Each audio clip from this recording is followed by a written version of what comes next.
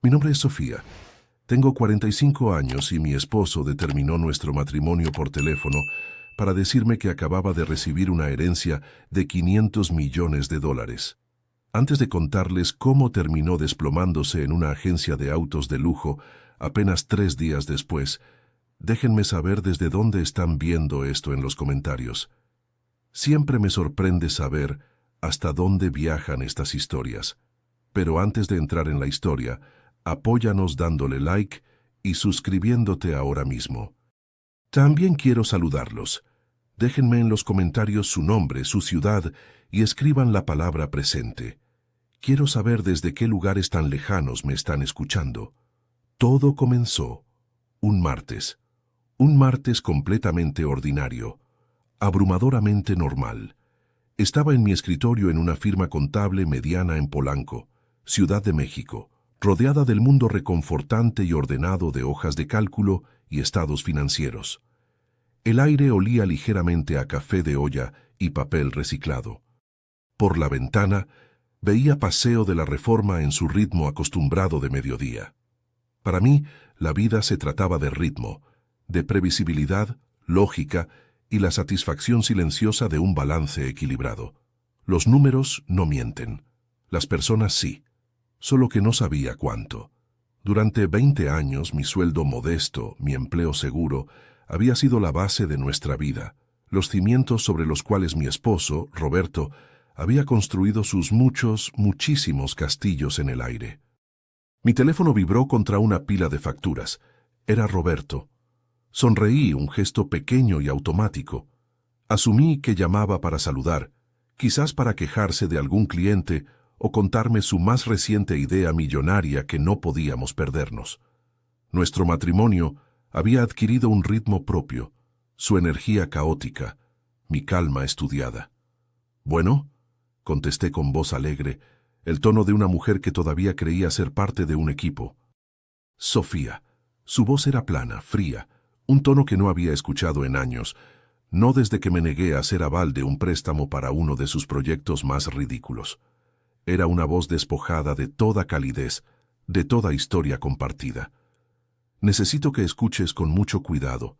El tío Ernesto falleció». Mi corazón se hundió. Ernesto era una figura distante, casi mítica en la familia de Roberto.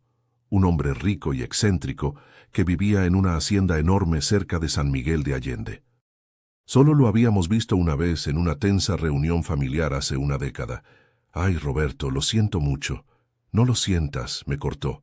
La frialdad en su voz ahora estaba mezclada con algo más, algo filoso y metálico.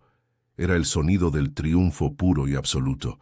Me dejó todo, toda la fortuna. Estamos hablando de 500 millones de dólares. Me quedé paralizada. El número era tan vasto que carecía de significado. Era como intentar imaginar la distancia a la luna. Era un número para otras personas, para titulares de periódico, no para nosotros. «¿Qué? Roberto, ¿hablas en serio? ¿Cómo es eso posible?» «Completamente en serio», dijo, y casi podía ver la sonrisa arrogante formándose en sus labios. «Y las cosas van a cambiar rápido. Mi vida está a punto de despegar, y francamente tú no formas parte del nuevo plan de vuelo». La metáfora era tan corporativa, tan impersonal. Se sintió como una bofetada. «Plan de vuelo». «Roberto, ¿de qué hablas? Estamos casados». «Estábamos», corrigió la palabra como un bisturí cortando quirúrgicamente 20 años de vida compartida. «Hablo de un divorcio, Sofía. Ya mandé preparar los papeles con un abogado de los mejores. Quiero que empaques tus cosas y que salgas del departamento antes de que yo llegue». De inmediato. El silencio estéril de mi oficina de pronto se sintió sofocante. Las columnas ordenadas de números en mi pantalla se volvieron garabatos sin sentido. 20 años. 20 años de trabajar hasta tarde para cubrir nuestras cuentas. 20 años de animarlo, después de cada fracaso, diciéndole que su gran oportunidad estaba a la vuelta de la esquina. 20 años de hacerme más pequeña para que su ego tuviera más espacio para respirar. Todo borrado en una llamada de 30 segundos. «Solo vete», susurré, las palabras atoradas en mi garganta. Mi mundo entero se inclinaba sobre su eje.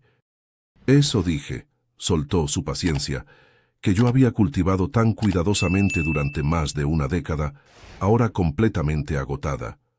Mi nueva vida me está esperando. No seas un lastre. La línea se cortó. Me quedé ahí sentada, el teléfono todavía pegado a mi oreja, escuchando el tono de marcación. Era el sonido más solitario del mundo. Era el sonido de mi mundo terminándose. Sabía que tenía que ir a casa.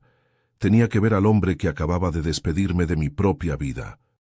El camino a casa fue un ejercicio de compostura forzada. Mi mente, usualmente tan ordenada, era una proyección caótica de nuestra vida juntos. Recordé nuestra boda, un asunto pequeño y sencillo, porque era todo lo que podíamos pagar. Lo recordé riéndose de mi plan financiero de 5 años, llamándome su adorable contadora cautelosa. Recordé el aguijonazo de sus palabras año tras año, desgastando mi confianza poco a poco. Es solo un trabajo, Sofía. No es una carrera. No es una pasión. Nunca entendió que mi pasión era la estabilidad, construir algo real, algo que durara. Mis manos se apretaron en el volante mientras el recuerdo de la visita del tío Ernesto regresaba, más nítido esta vez, más detallado. Roberto había sido insoportable, un pavo real pavoneándose, soltando términos que había aprendido de un podcast de negocios. Había acorralado a Ernesto, intentando hablar de portafolios de inversión y capital de riesgo. Ernesto había escuchado con una sonrisa cortés e impenetrable antes de excusarse. Más tarde, encontré a Ernesto en el corredor mirando hacia el jardín. Le llevé un vaso de agua fresca.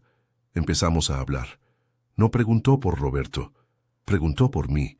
Preguntó sobre los desafíos de mi profesión, sobre los dilemas éticos que enfrenta una contadora. Hablamos casi 1 hora sobre regulaciones, sobre responsabilidad corporativa, sobre cómo los números pueden manipularse para contar mentiras. Escuchó con una intensidad que me hizo sentir vista, verdaderamente vista por primera vez en años. Una buena contadora es la conciencia de una empresa, había dicho. Es una profesión con un núcleo moral profundo. Antes de irnos, presionó un objeto pequeño y pesado en mi mano. Era un hermoso pisapapeles de cristal sin imperfecciones. Para tu escritorio, había dicho, sus ojos brillando. Para recordarte que la claridad y la integridad son los activos más valiosos. Nunca dejes que nadie los comprometa.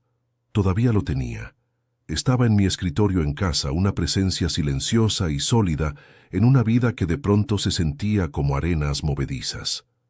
Este recuerdo, tan fuera de lugar, se sintió como una especie extraña de profecía. Me hice a un lado y llamé a mi hermana Marcela. Mi voz se quebró mientras le contaba lo que había pasado. ¿Hizo qué?, chilló, su voz un rugido protector de furia pura. Ese gusano parásito y desagradecido. Voy para allá. No, espera. Ven tú para acá ahora mismo. Ni se te ocurra pasar un segundo más en ese departamento con ese monstruo. Empaca una maleta. Solo lo esencial. Tu laptop, tus documentos importantes y ese cuadro horrible de velero que tanto le gusta. Déjalo. Lo demás lo arreglamos después. Marcela nunca había querido a Roberto. Siempre había dicho que era un hombre que se paraba en la sombra de un árbol que nunca regó. Escuchar su voz, tan llena de ira justa en mi nombre, fue la primera ancla en mi mar tormentoso. Era el permiso para estar enojada, algo que todavía no me había permitido sentir. Pero había algo más que necesitaba hacer primero, algo que cambiaría todo. Amigos, cada historia que les cuento sale todos los días, pero YouTube solo se las mostrará si tocan el botón rojo de suscribirse. Toquen suscribirse, activen la campanita y nunca se perderán una historia. Gracias. Cuando crucé la puerta de nuestro departamento en la Condesa, se sintió como la casa de un extraño. El aire estaba denso con un aroma nuevo y empalagoso, colonia cara. Roberto estaba ahí, paseándose en medio de la sala. Traía puesto un traje nuevo, uno azul marino entallado que nunca había visto antes. Era el tipo de traje que siempre miraba en línea, pero de los que se quejaba que nunca podía pagar. En la mesa de centro, junto a una botella de champán que yo sabía costaba más que nuestro gasto semanal del súper, había un sobre blanco y crujiente. Los papeles del divorcio. «Ya llegaste», dijo. No era una pregunta, sino una afirmación de hecho. Se veía diferente, más alto de alguna manera. Las líneas familiares de su rostro se habían endurecido en una máscara de arrogancia. Su sonrisa no llegaba a sus ojos. Sus ojos eran fríos, calculadores. Eran los ojos de un hombre que acababa de ganarse la lotería y estaba cortando sistemáticamente a todos los que lo conocieron cuando era pobre. «Recibí tu llamada», dije, mi voz sorprendentemente firme. Me negaba a dejar que me viera derrumbarme. «Bien, ahorra tiempo», señaló los papeles. «Es todo muy directo. Hice que mi abogado lo dejara limpio, sin pensión alimenticia. Tú tienes tu trabajo, después de todo. Dividimos nuestros ahorros miserables por la mitad. Tú te vas». He sido más que generoso. Generoso. La palabra era tan absurda, tan retorcida, que casi era cómica. Miré alrededor del departamento que habíamos construido juntos. Los pisos de madera rayados que habíamos restaurado nosotros mismos un fin de semana largo y sudoroso. El librero que había organizado meticulosamente por género y autor. El tenue aroma a lavanda del difusor que siempre mantenía encendido para calmar su temperamento artístico. Todo se me estaba quitando, y él lo llamaba generosidad. 20 años, Roberto, dije suavemente, una súplica final por algún rastro de decencia. ¿No merezco al menos una conversación real? ¿Una explicación cara a cara? Se rió. Un sonido corto y feo que resonó en la sala súbitamente demasiado grande. ¿Una conversación? Sofía, tú y yo ya no tenemos nada de qué hablar. Nuestros mundos ya no son compatibles. Tú piensas en términos de hojas de cálculo y presupuestos balanceados. Estoy a punto de entrar a un mundo de jets privados, de salas de juntas, de gente de otro calibre. Tú no encajarías. Tu falta de ambición sería una vergüenza. Ahí estaba otra vez. Mi falta de ambición. La frase que había usado durante años para desgastar mi autoestima. La ambición que había pagado este techo sobre nuestras cabezas. La ambición que había financiado sus últimas 3 empresas fallidas. La ambición que nos había mantenido a flote mientras él perseguía sus fantasías. Un destello caliente de ira trepó por mi cuello, pero lo empujé hacia abajo, comprimiéndolo en un diamante duro y frío de determinación. No valía la pena mi rabia. Caminé hacia la mesa, tomé la pluma y miré la línea para la firma. Mi nombre, Sofía Mendoza, pronto de vuelta a ser solo Sofía. Pensé en las largas noches que me había quedado despierta, ayudándolo con planes de negocios, los eventos familiares a los que había asistido sola porque él estaba haciendo networking. Pensé en todos los sacrificios, todos los compromisos, todo el amor que había vertido en este hombre, en este matrimonio. Todo se reducía a esto. Una firma fría en un documento legal diseñado para descartarme tan eficientemente como fuera posible. Antes de firmar, lo miré a los ojos. «Sabes, siempre pensé que tu mayor miedo era el fracaso. Me equivoqué.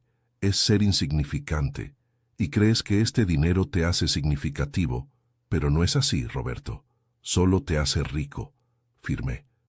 Un trazo limpio y decisivo. Lo miré. «Disfruta tu nueva fortuna, Roberto». Pareció momentáneamente desconcertado por mi compostura, pero rápidamente se recuperó, su mueca de desprecio regresando. «Oh, lo haré», dijo. «Ahora toma tus cosas. Tengo un agente de bienes raíces mostrándome un penthouse con vista al Ángel de la Independencia en 1 hora. El tiempo es dinero, ¿sabes?». Sostuvo la puerta abierta y gesticuló con impaciencia mientras salía con una sola maleta de viaje, dejando atrás 20 años de mi vida. Mientras la puerta se cerraba con un clic, no sentí tristeza. Sentí una sensación extraña y escalofriante de claridad. El hombre con el que me había casado se había ido. Tal vez nunca había estado realmente ahí. La primera noche en casa de Marcela fue un borrón de shock y vino. Ella me dejó hablar, me dejó llorar, me dejó sentarme en silencio aturdido. No ofreció lugares comunes ni falsas esperanzas. Solo ofreció su presencia y fue todo. Su mayor pérdida no es el dinero que cree que está obteniendo, dijo, su voz feroz. Eres tú. La mañana siguiente desperté con una sensación extraña de propósito. El dolor todavía estaba ahí, un peso pesado en mi pecho, pero junto a él había algo más, una determinación fría y dura. Roberto pensaba que yo era un lastre. Pensaba que no tenía ambición. Le demostraría, más importante, me lo demostraría a mí misma. Abrí mi laptop. Su brillo familiar era un pequeño consuelo. Durante años había querido tomar un curso avanzado de certificación en finanzas corporativas y gestión de riesgos. Era una calificación de alto nivel, del tipo que abre puertas a puestos ejecutivos. Era caro y consumía mucho tiempo, y Roberto siempre me había convencido de no hacerlo. ¿Para qué?, decía. Tu trabajito de contadora es suficientemente estable. No muevas el barco. Encontré el curso en línea. Miré la colegiatura. Era empinada. Tomaría una parte significativa de mi mitad de nuestros ahorros. Por un segundo dudé. La contadora cautelosa en mí gritaba que era un riesgo innecesario. Luego pensé en la cara burlona de Roberto, en ser llamada un lastre. Hice clic en inscribir. Tecleé la información de mi tarjeta de crédito. Pagué la cuota. Era la primera decisión importante que había tomado completamente por mí misma, en mucho, mucho tiempo. Se sintió como volver a respirar después de estar bajo el agua durante años. Pasé los siguientes 2 días enterrada en materiales de estudio. El primer módulo era sobre contabilidad forense, detectar fraudes, desenredar redes financieras complejas. Era un rompecabezas y yo era buena con los rompecabezas. Estaba reconectando con una parte de mi cerebro que había dejado dormida por demasiado tiempo. La parte que amaba los problemas complejos, que prosperaba con la lógica y la estrategia. Era estimulante. Mientras tanto, a través del chisme de amigos mutuos que ahora estaban torpemente tratando de navegar sus lealtades, escuché sobre las hazañas de Roberto. Había organizado una fiesta lujosa en un hotel de alto nivel, contándole a todos sobre su herencia masiva. Puso un anticipo no reembolsable en un Porsche completamente nuevo. Estaba viviendo la vida de un millonario antes de que el primer peso hubiera siquiera pasado por el proceso legal. Era imprudente, era arrogante, era tan típicamente Roberto. Al tercer día, mientras tomaba un descanso de estudiar, un mensajero entregó una carta. Estaba dirigida a mí en la dirección de Marcela. El sobre era de cartulina gruesa y cremosa, con el nombre de una firma legal prestigiosa de San Miguel de Allende, grabado en elegante letra dorada en la parte de atrás. Mis manos temblaron mientras lo abría. El lenguaje era formal, preciso. Era una solicitud formal de mi presencia en una reunión concerniente al patrimonio y testamento final del señor Ernesto Mendoza. Mencionaba que mi presencia era esencial para la aclaración de ciertas cláusulas testamentarias. Mi sangre se enfrió. ¿Por qué me contactaban a mí? El divorcio estaba fresco, pero tal vez no finalizado ante los ojos de la ley. Roberto estaba intentando hacer algo. ¿Había alguna ley matrimonial oscura que le daba derecho a mis ganancias futuras, incluso mi salario miserable? Le mostré la carta a Marcela. Esto es raro, dijo, su ceño fruncido. Cláusulas testamentarias. ¿Por qué el abogado de su tío te contactaría directamente? Tienes que ir. Pero voy contigo. No vas a enfrentar esto sola. Pero nada nos preparó para lo que estábamos a punto de descubrir. El viaje en autobús a San Miguel de Allende fue angustiante. Cada escenario posible corría por mi cabeza, cada uno peor que el anterior. ¿Roberto estaba intentando reclamar que yo le debía algo? ¿Era esto alguna trampa legal para hacerme firmar más derechos? Agarré mi bolsa donde había guardado el pisapapeles de cristal para la buena suerte. Su peso sólido y fresco era un pequeño consuelo en un mundo que se había vuelto endeble e impredecible. La oficina legal era exactamente lo que esperarías. Antigua, imponente y oliendo a cuero, cera para muebles y generaciones de dinero. Nos mostraron a una sala de conferencias grande con una mesa de caoba pulida que reflejaba nuestros rostros ansiosos. Un hombre de apariencia severa en un traje perfectamente entallado se presentó como el licenciado Vargas, abogado personal de Ernesto durante más de 40 años. «Gracias por venir con tan poco tiempo de anticipación, señora», dijo, su tono formal e imposible de leer. «Me sorprendió que me contactaran», dije, mi voz más estable de lo que me sentía. «Mi ex esposo, Roberto, es el beneficiario del testamento de su tío». El licenciado Vargas ajustó sus lentes. Me miró con una expresión neutral que de alguna manera se sentía más intimidante que un ceño fruncido. «Eso es de lo que estamos aquí para discutir. El testamento del señor Mendoza es poco convencional. Contiene ciertas estipulaciones, cláusulas contingentes que necesitaban resolverse antes de que el patrimonio pudiera liquidarse». Mi corazón martilleaba contra mis costillas. Estipulaciones. El señor Mendoza estipuló en una cláusula privada que su heredero no solo debía ser un pariente de sangre, sino que también debía demostrar un carácter de integridad, prudencia y comprensión del verdadero valor de la riqueza, no solo su cifra monetaria. El abogado continuó, su voz pareja. Como tal, el señor Mendoza inició un protocolo de evaluación de carácter antes de su testamento, antes de ahora. Lo miré completamente perdida. ¿Una evaluación de carácter? Efectivamente. Hizo una pausa, dejando que el peso de sus palabras llenara la habitación. Una prueba, si se quiere. Quería estar seguro de que el trabajo de su vida fuera un legado, no un boleto de lotería. Sin embargo, hay alguien que puede explicar esto mucho mejor que yo. Asintió hacia una gran puerta de roble al lado de la sala. La puerta se abrió y el tío Ernesto entró. No era un fantasma, no estaba muerto. Estaba muy vivo, viéndose elegante en una guayabera blanca impecable, una sonrisa de disculpa jugando en sus labios.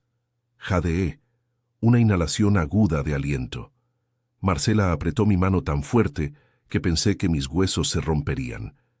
Mi mente se tambaleaba, tratando de conectar los puntos.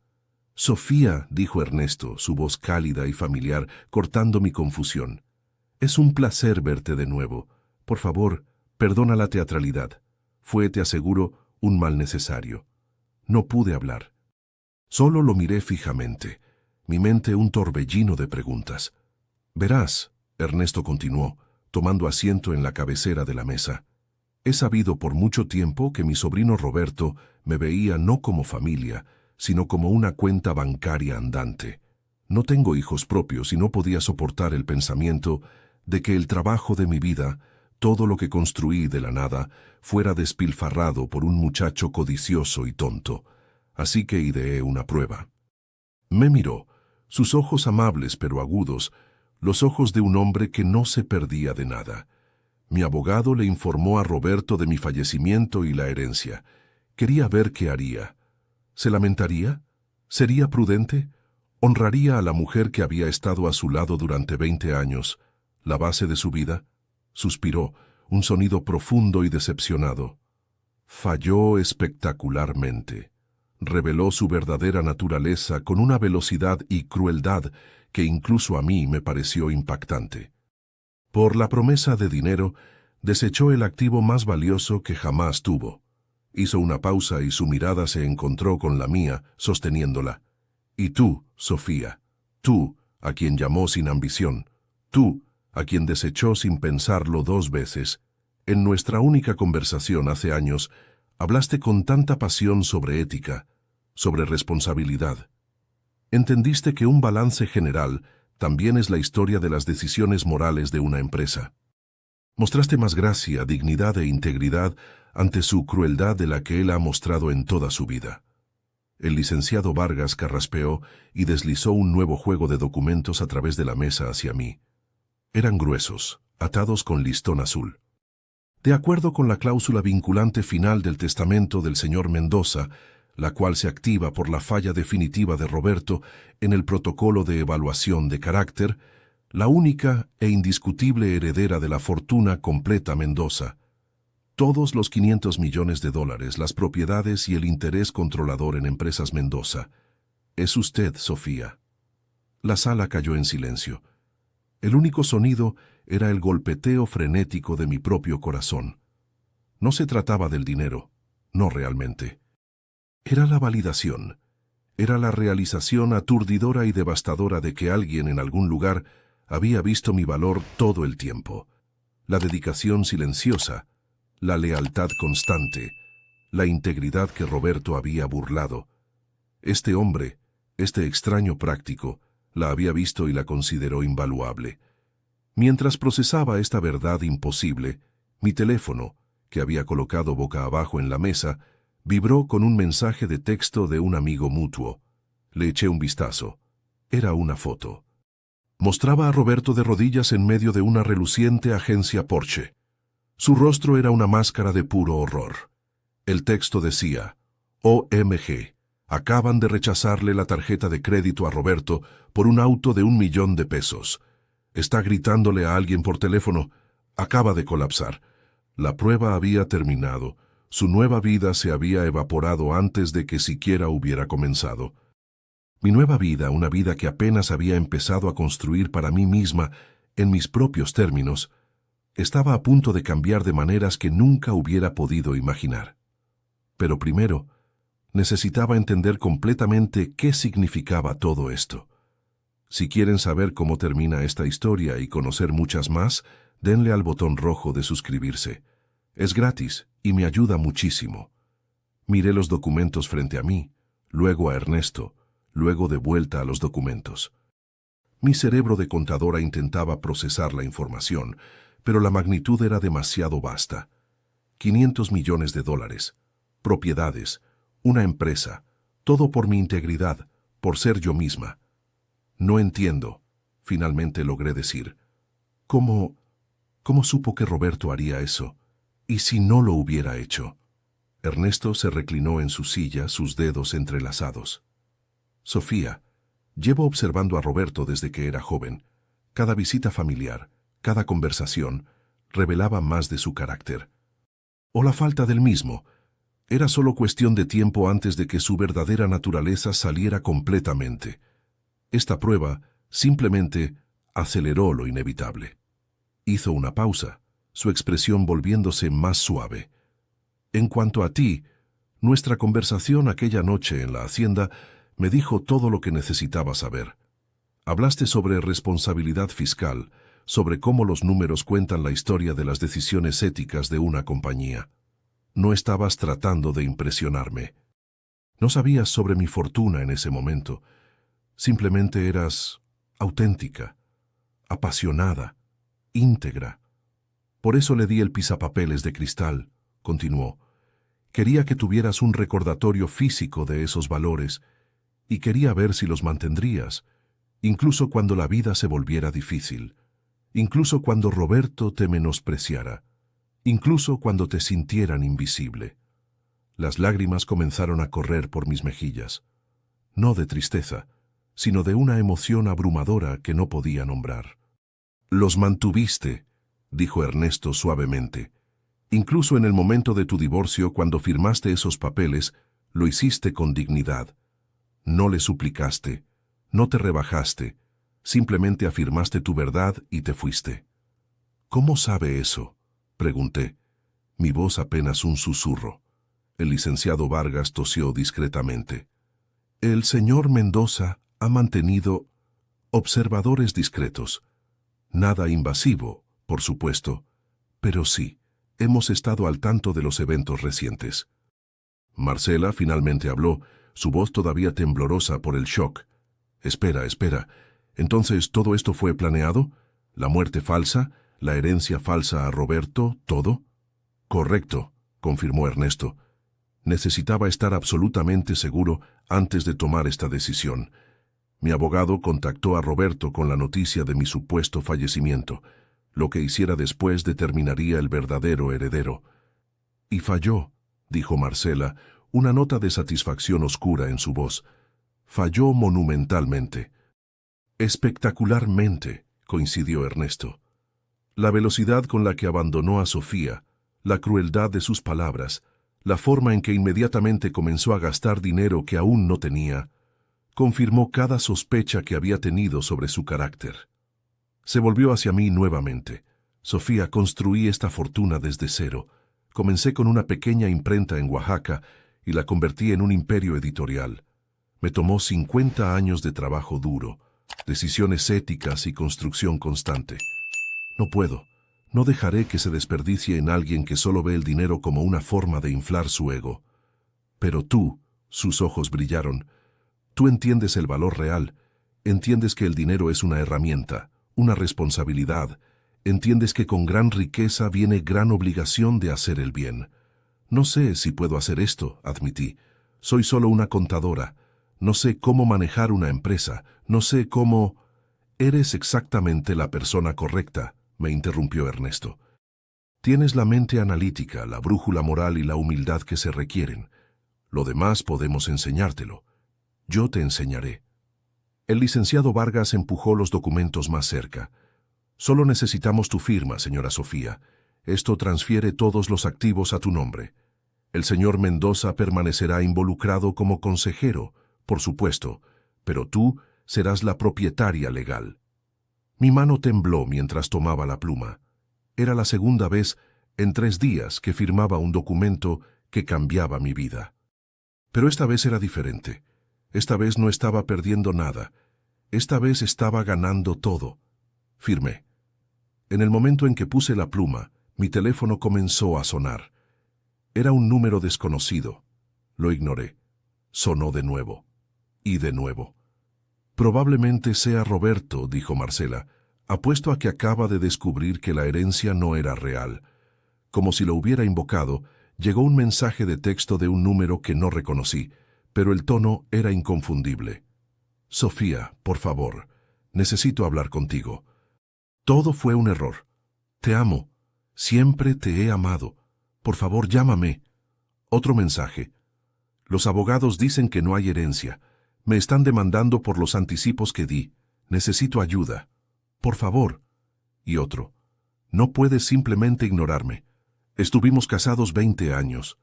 Me debes al menos una conversación. Bloqueé el número.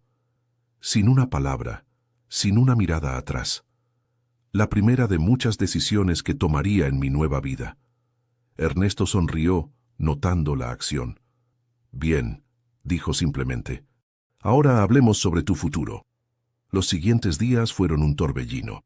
Ernesto insistió en que Marcela y yo nos quedáramos en su hacienda en San Miguel de Allende mientras comenzábamos el proceso de transición. La propiedad era aún más impresionante de lo que recordaba. Acres de jardines, fuentes coloniales y una biblioteca que me dejó sin aliento. Todo esto es tuyo ahora, dijo Ernesto mientras recorríamos la propiedad.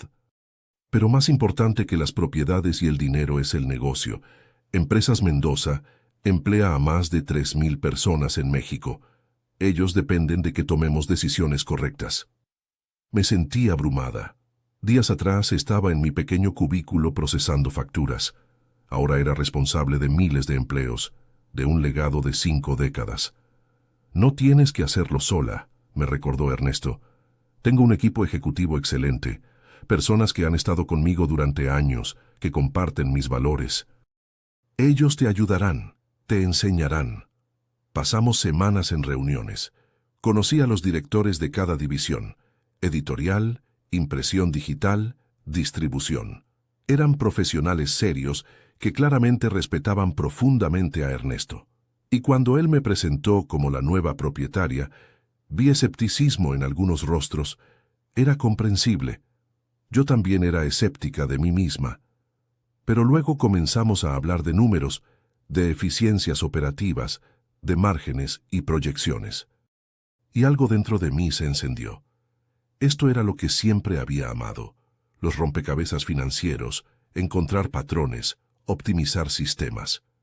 Solo que ahora era a una escala que nunca había imaginado. Veo un problema aquí, dije durante una reunión sobre la división de distribución, señalando una discrepancia en los reportes. Los costos de transporte han aumentado 30% en 2 años, pero el volumen solo subió 8%. Eso no tiene sentido. El director de distribución, un hombre mayor llamado Don Héctor, me miró con nueva atención. Tiene razón, señorita Sofía. Hemos sospechado que hay irregularidades, pero nunca tuvimos el tiempo o la experiencia para investigar a fondo. Yo tengo ambos, dije, sintiendo la confianza crecer, y acabo de terminar un módulo sobre contabilidad forense. Deme acceso completo a los registros. Vamos a desenredar esto. En las siguientes semanas, descubrí un esquema de sobrefacturación que había estado drenando a la compañía de millones de pesos al año. Empleados deshonestos en complicidad con proveedores externos. Confronté a los responsables con evidencia irrefutable. Algunos renunciaron, otros fueron despedidos. Implementé nuevos controles y sistemas de auditoría. Ernesto me observaba con orgullo evidente. «Esto es exactamente por lo que eres la persona correcta», dijo. «No solo tienes las habilidades técnicas, tienes la columna vertebral moral para hacerlo difícil cuando es necesario». Mientras tanto, a través de amigos mutuos, seguí escuchando sobre Roberto. El colapso en la agencia Porsche había sido real. Cuando su tarjeta fue rechazada frente a docenas de clientes y vendedores, había tenido un ataque de pánico completo. Lo habían llevado al hospital. Las demandas empezaron a llegar. El hotel donde hizo la fiesta lujosa, la agencia Porsche. El anticipo del penthouse. Todos querían su dinero. Roberto no tenía nada. Había gastado todos nuestros ahorros divididos y más, tomando préstamos contra una herencia que nunca existió. Declaró bancarrota. Perdió nuestro departamento en La Condesa. Tuve que firmar papeles renunciando a cualquier reclamo sobre él, finalizando completamente nuestra separación. Ni siquiera sentí satisfacción, solo una especie de tristeza distante por el hombre que pudo haber sido. Me envió una carta física, escrita a mano.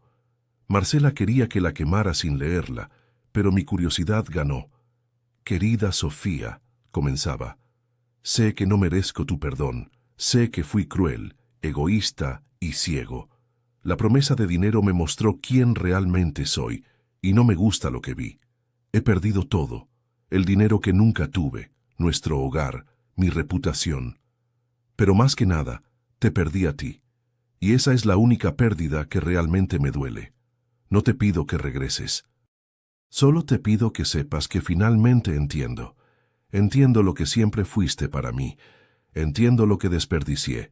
Espero que encuentres la felicidad que siempre mereciste. Roberto». Doblé la carta y la guardé. No por nostalgia, sino como recordatorio.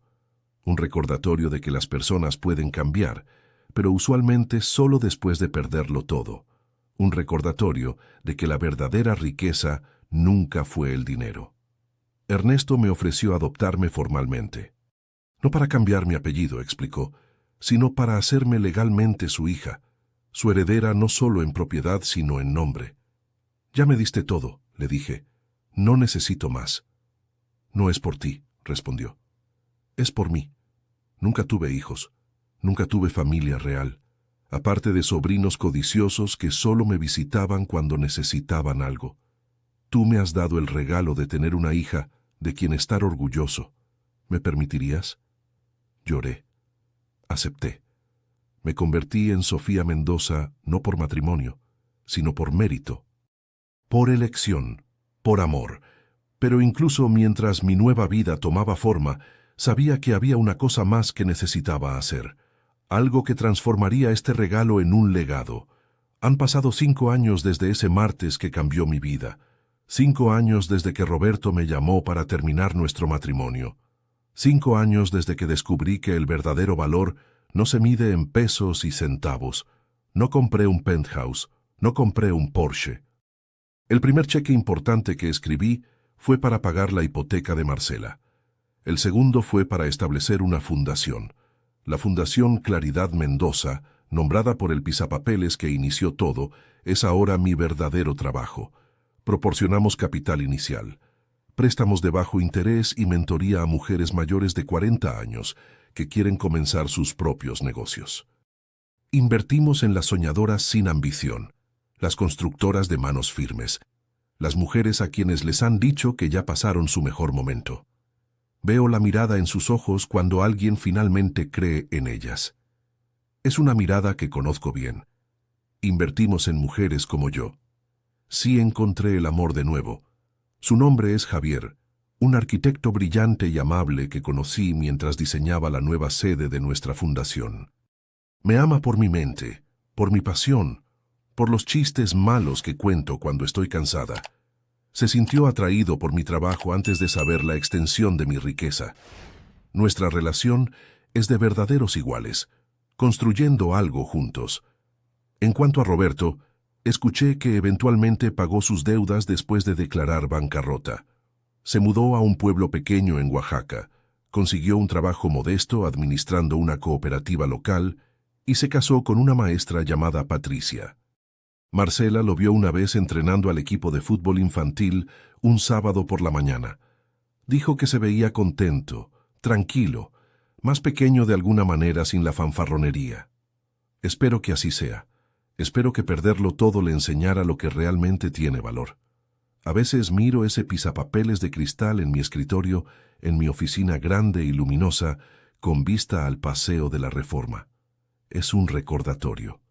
Un recordatorio de que el dinero no cambia quién eres, solo te magnifica. Para Roberto, magnificó su codicia e inseguridad. Para mí magnificó una fuerza que apenas estaba comenzando a darme cuenta que tenía. Él pensó que 500 millones de dólares le comprarían una nueva vida, pero todo lo que hizo fue revelar la pobreza de su carácter. Y para mí perderlo todo fue la única forma en que realmente pude ganarlo todo.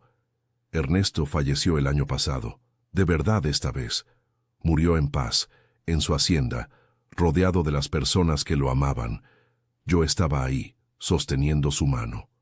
Sus últimas palabras fueron: elegí bien. Llevo su legado con orgullo y responsabilidad. Cada decisión que tomo, cada peso que invierto, cada mujer a la que ayudo, lo hago pensando en él, en su integridad, en su visión, y cada vez que firmo un documento como Sofía Mendoza, heredera y directora de Empresas Mendoza, recuerdo a la contadora de 45 años en su cubículo que pensó que su vida se había terminado. No había terminado, apenas estaba comenzando. Si te gustó esta historia, haz clic en suscríbete y cuéntame en los comentarios qué parte te impresionó. Mañana hay más. Nos vemos allí.